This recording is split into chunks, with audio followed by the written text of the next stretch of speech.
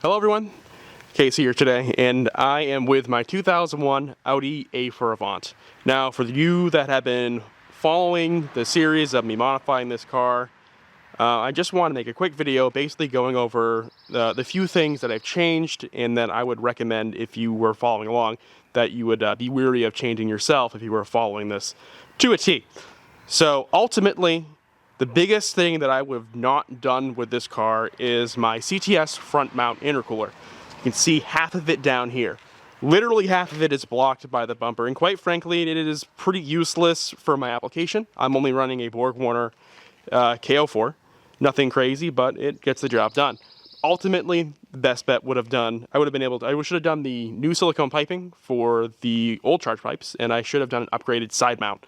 And what that would have let me do is keep my fog lights, keep my washer jets, and keep my bumper intact, because I had to cut the crap out of that to get that to fit properly, unfortunately. Another thing that I mentioned in the video that I would recommend not doing is I was originally running Audi TT225 fuel injectors and a three bar fuel pressure regulator. They're not necessarily bad, and it's not necessarily like not going to work or anything. It'll still work, it's just there's better technology now, and you should stick with that 4-bar fuel pressure regulator. So 4-bar regulator is back in, and I have Bosch EV14 550cc injectors, and it is very well paired with my KO4. I don't have an issue with fueling at all. I still have my OEM fuel pump. That is perfectly fine. That'll work out great. I also learned that I purchased the TT225 mass airflow sensor, and ultimately you can use the housing, but you should use the A4 sensor. It won't work correctly with the ECU. Another thing that I would recommend just doing is going through your vacuum system.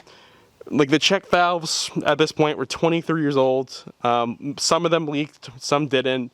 And I just got to a point where I just went and replaced all of the check valves, including the big one here with the suction jet pump for your brakes, replaced that too.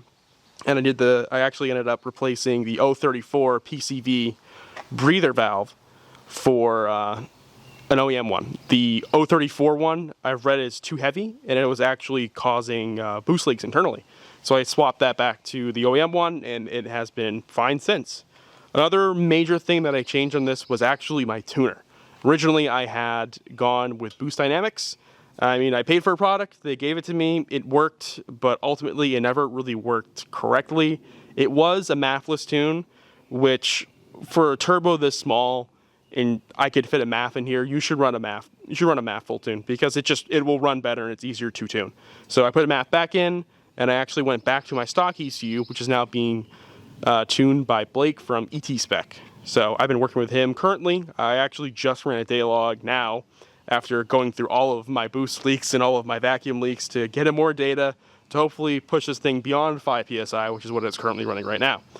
But that's basically kind of all I got for just what I did differently with the car. If you enjoy the series, please feel free to subscribe. There will be more content regarding the Audi, and there will be more content regarding my truck.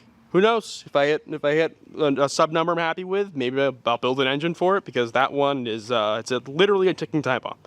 But thank you guys for watching. I hope you all are having a beautiful day, because I am as well. Goodbye.